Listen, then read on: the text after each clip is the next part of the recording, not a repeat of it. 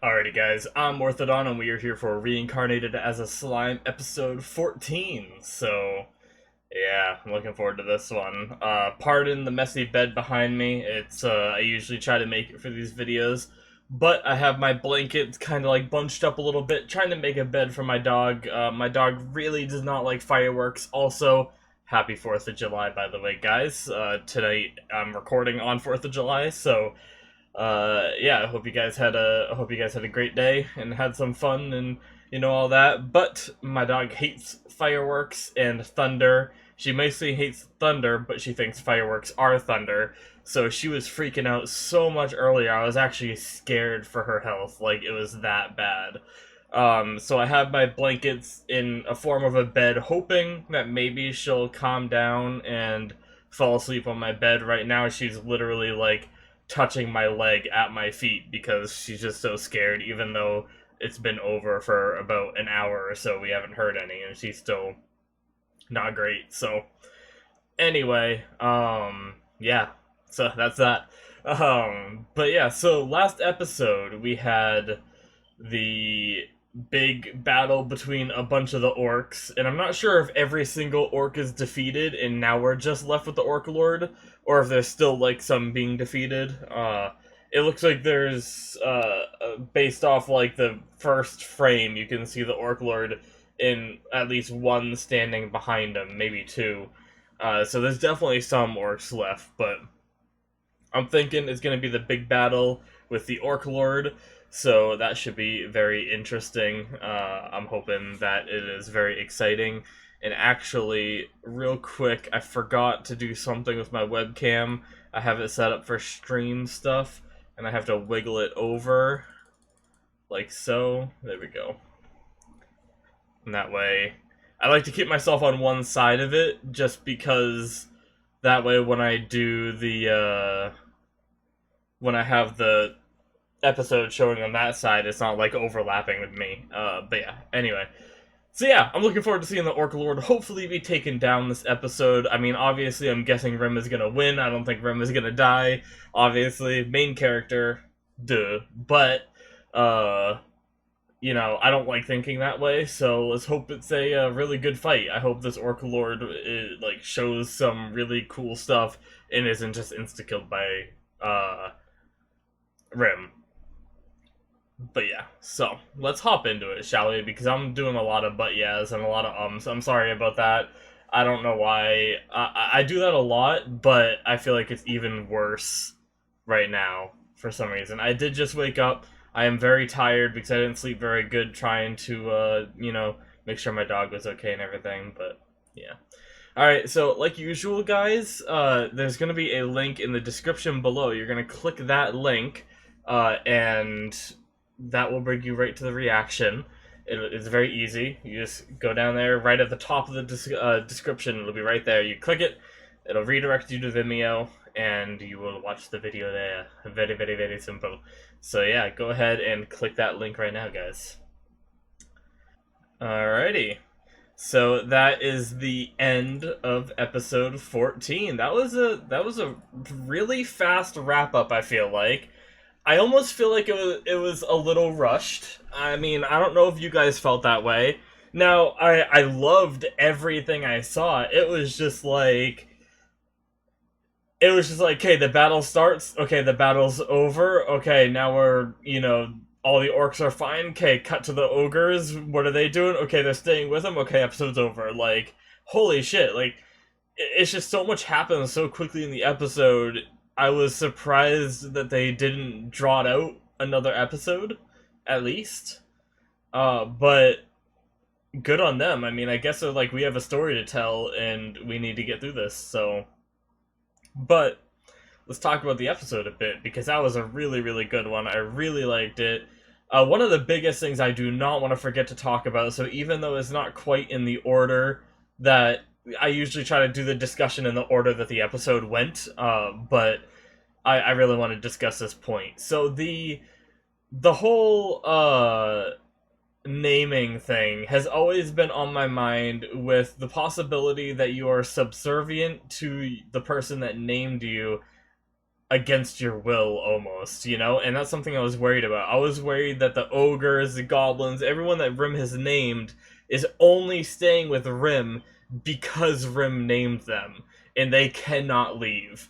And they might think that they want to stay, but realistically, like, if they wanted to leave, they just couldn't, you know? I was worried about something like that. I think I mentioned it in another discussion at one point, and that that was something that we never had confirmation of whether it was a fact or not. And I thought that same thing was going to happen with the ogres. Like, I thought the ogres were going to decide to stay at the end, and it wasn't going to be because they liked Rim, but more because Rim named them, so now they have to, you know? And I thought that could have been like a conflict point in the future. But I think this episode just confirmed that that is not the case.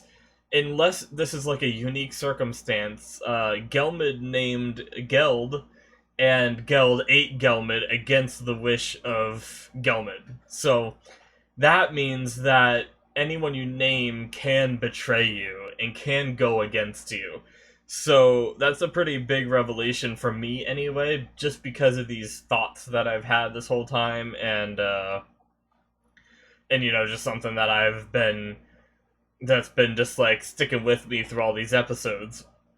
But that's really cool that they confirmed that now. So the cool thing is that made the ending scene with the ogres wanting to stay with Rem all the more powerful, in my opinion. And I do not know if they intended for this.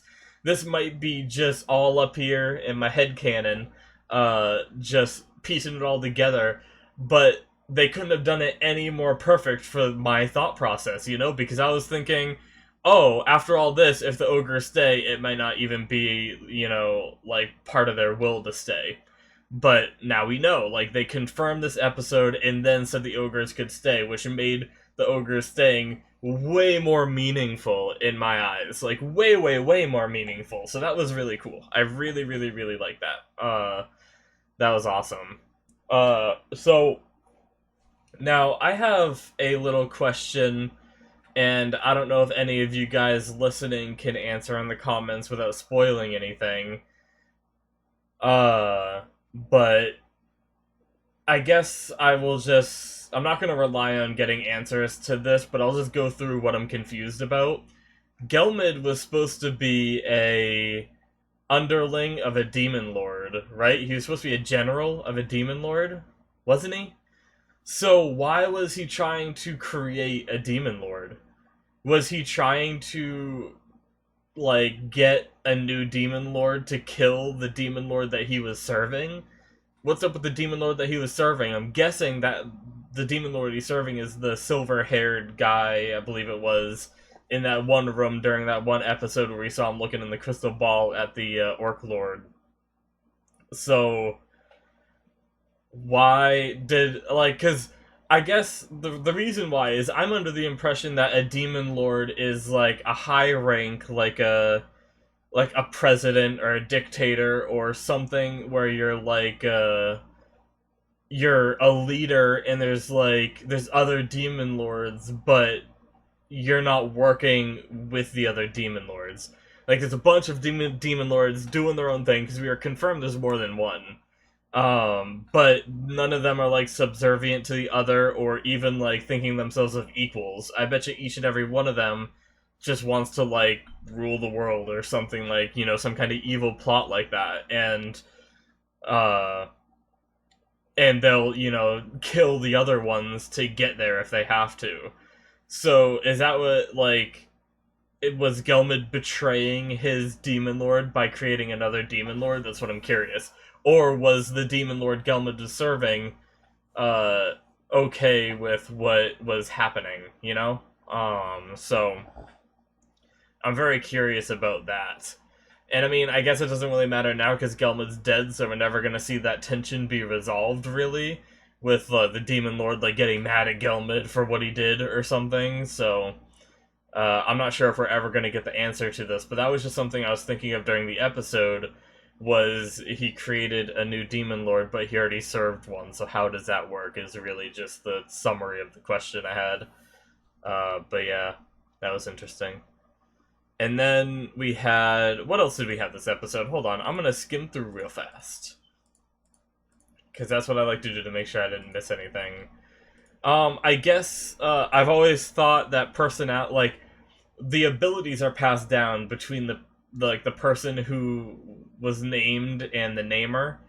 But I wonder if personality is passed down a little bit too. I mentioned it during the episode, and just to dig a little deeper, because Gabaru has a personality that is very, very, very similar to Gelmid.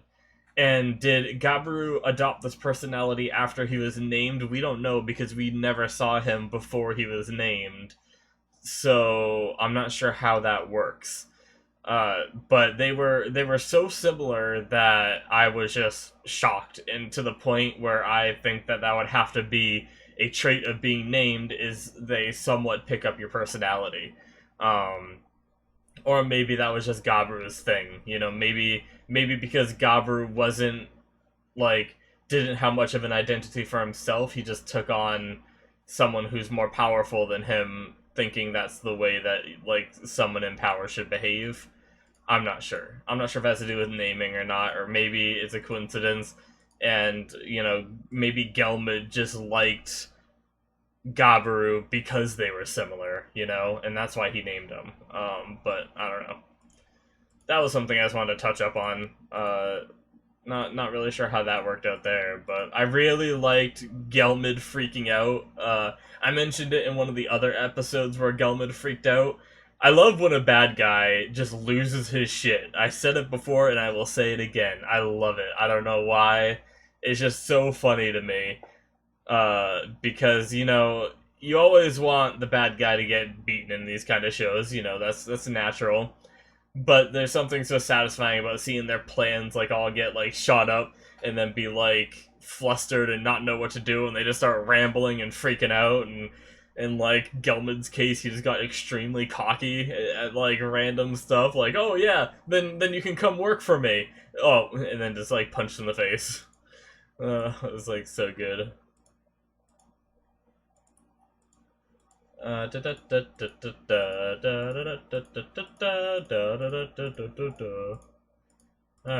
I mean, I think the only thing left to talk about is the awesome scene between the Orc Lord and Rim. I guess we can talk a little bit about the autopilot. That's kind of cool.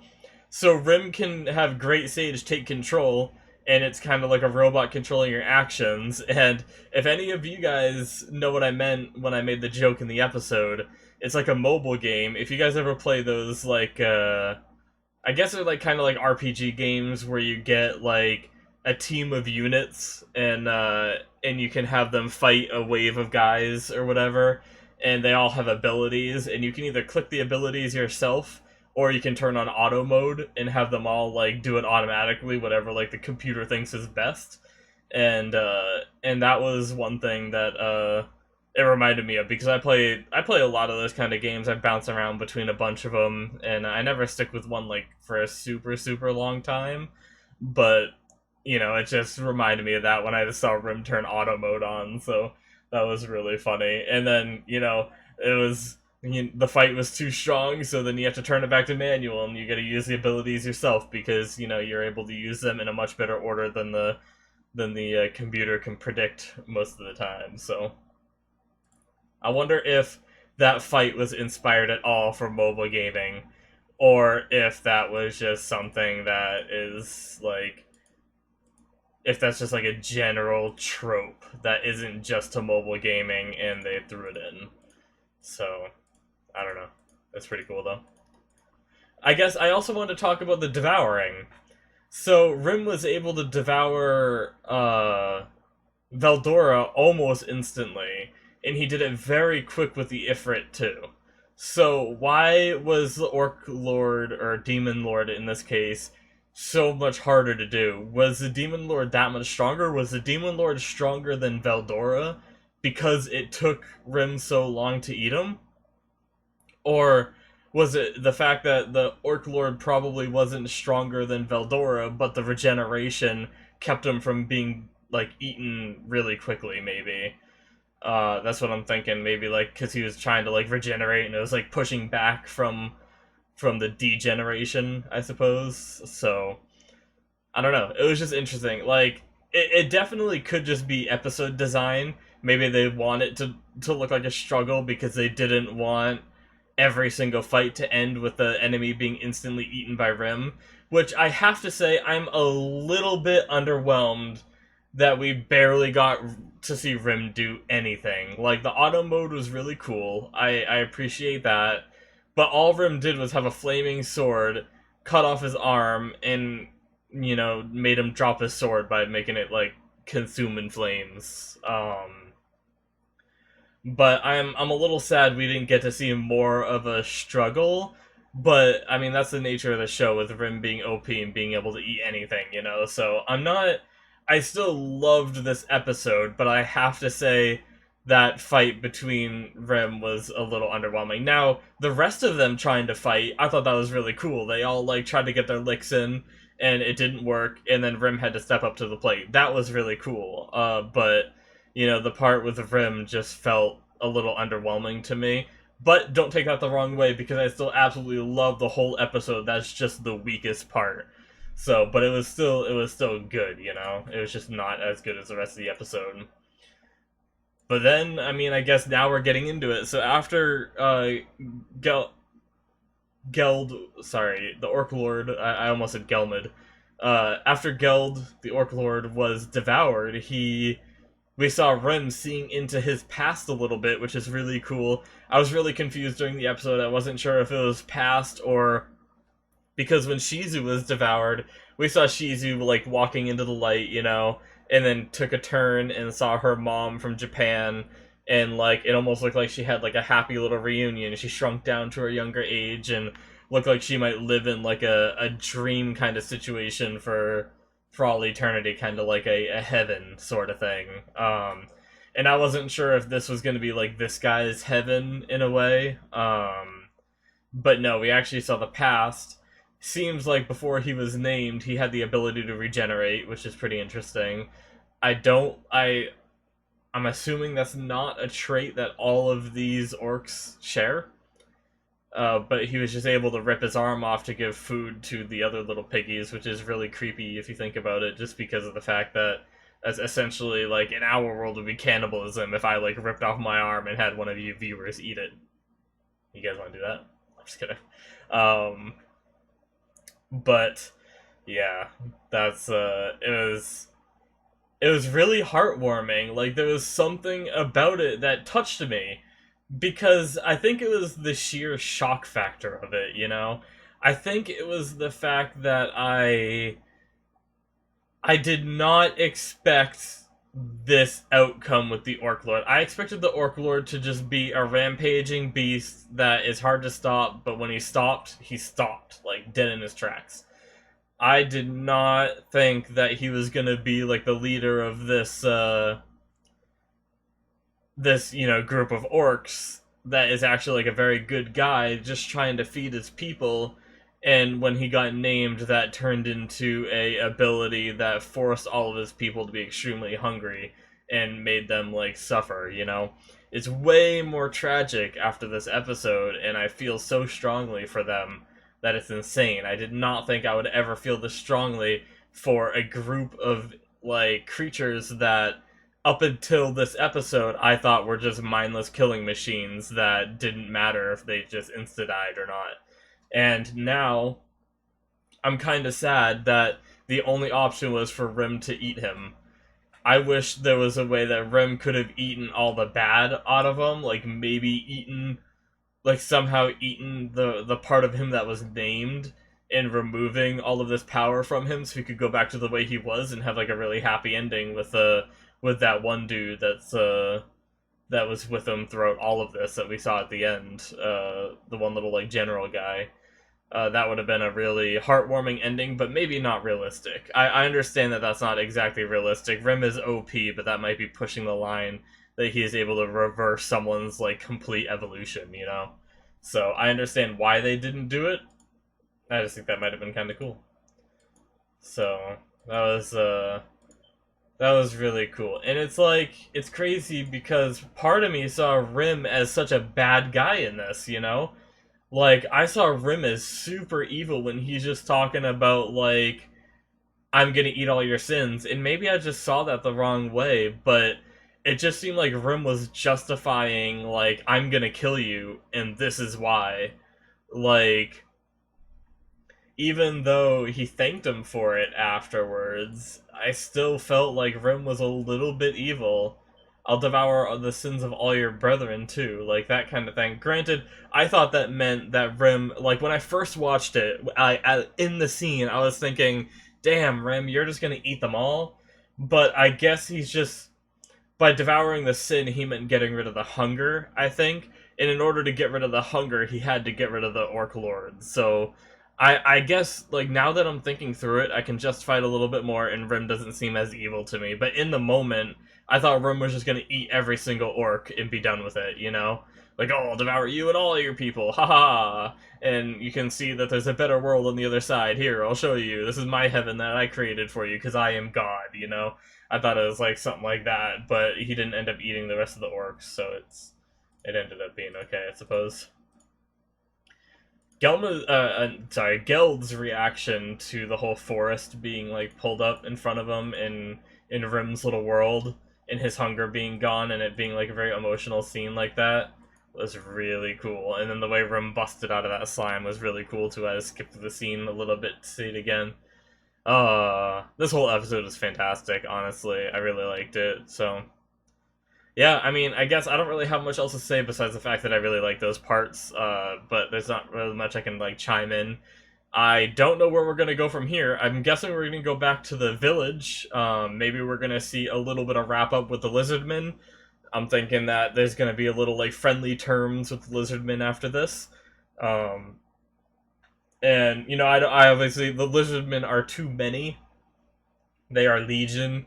No, but I think they have too many people to be considered being put into the group of Rim, and I don't think they're likable enough.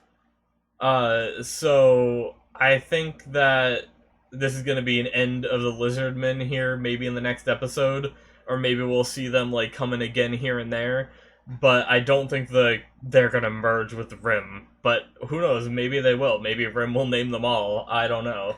But that's it's going to be interesting. I wonder how they're going to do that. That's the only thing that I can think of that's going to be happening next, and then going back to the village, working on it more until the next problem arises is how I see it. And I mean, with the amount of episodes left, I'm thinking we might soon be getting into what we saw in the intro. I don't want to metagame because of the intro too much, but I think we did see humans, possibly. And I would love to know more about the humans in this world, because all we've really had is the monsters and then those adventures and little glimpses to, like, the guilds.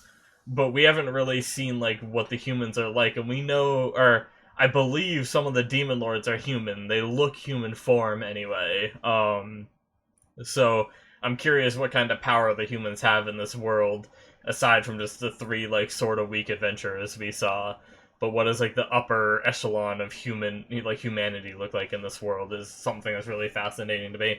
But yeah, guys, I think I'm going to wrap it up there. I don't really have much else to say. So thank you so much for watching. I really enjoyed this episode, and I hope you guys enjoyed my reaction to it.